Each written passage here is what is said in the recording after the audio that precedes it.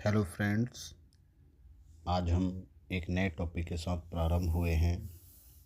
Topic का नाम है सिटीजन अमेंडमेंट एक्ट यानी नागरिकता संशोधन अधिनियम। तो चलिए हम लोग प्रारंभ करते हैं। CAA यानी कि नागरिकता संशोधन अधिनियम, अंग्रेजी में सिटीजन अमेंडमेंट एक्ट। इस कानून के तहत 3 पड़ोसी देश बांग्लादेश, अफगानिस्तान और पाकिस्तान से आए शरणार्थियों को नागरिकता दी जाएगी। तो हमें पता चला कि सिटीजन अमेंडमेंट एक्ट जो है वह किन पड़ोसी देश पर के लिए है? बांग्लादेश, अफगानिस्तान और पाकिस्तान।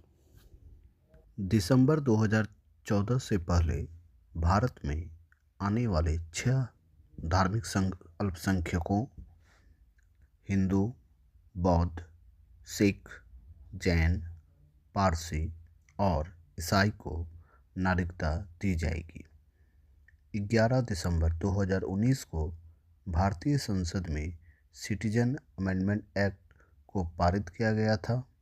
12 दिसंबर को राष्ट्रपति ने इस विधेयक को मंजूरी दे दी थी।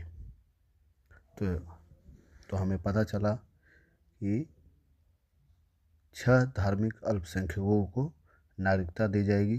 वह 6 धार्मिक अल्पसंख्यक कौन कौन हैं? हिंदू, बौद्ध, सिख, जैन, पारसी और ईसाई। अब हम पिक्चर के माध्यम से जानेंगे CAA सिटीजन अमेंडमेंट एक्ट नागरिकता संशोधन अधिनियम संसद से पास होने के 51 महीने बाद लागू हुआ CAA। अब हम यहाँ जानेंगे 9 दिसंबर 2019 को नागरिकता संशोधन विधेयक लोकसभा से पारित हुआ। तो लोकसभा से कब पारित हुआ नागरिकता संशोधन विधेयक? 9 दिसंबर 2019 को। 11 दिसंबर 2019 नागरिकता संशोधन विधेयक राज्यसभा से पारित हुआ। तो राज्यसभा से कब पारित हुआ? 11 दिसंबर 2019। 12 दिसंबर 2019 राष्ट्रपति के हस्ताक्षर के बाद विधेयक कानून बना। अब वर्तमान में 11 मार्च 2024 नागरिकता संशोधन कानून के नियम अधिसूचित किए गए। भारतीय संविधान के भाग 2 अनुच्छेद 5 से 11 में नागरिकता की बात की गई है। हालांकि यह केवल उनका जिक्र करता है जो 26 जनवरी 1950 को भारत के नागरिक बन गए थे। इसके अलावा ये प्रावधान भारतीय संसद को ऐसे मामले में कभी भी नागरिकता से जुड़े कानून बनाने का अधिकार देता है। तो हम जानें कि भारतीय संविधान के भाग 2 में अनुच्छेद 5 से 11 में नागरिकता की बात की गई है एवं भारतीय संसद को नागरिकता से जुड़े कानून बनाने का अधिकार देता है। भारतीय नागरिकता अधिनियम 1955 जब लाया गया था, इसमें समय समय पर संशोधन करके नागरिकता के नए प्रावधान जोड़े एवं घटाए गए हैं। वर्ष 1986, 1992, 2003, 2005, 2015 और 2019 में नागरिकता कानून में संशोधन किए गए हैं। ऐसे कुल 5 आधार हैं जिन पर किसी व्यक्ति को सिटीजन ऑफ इंडिया का दर्जा दिया जाता है।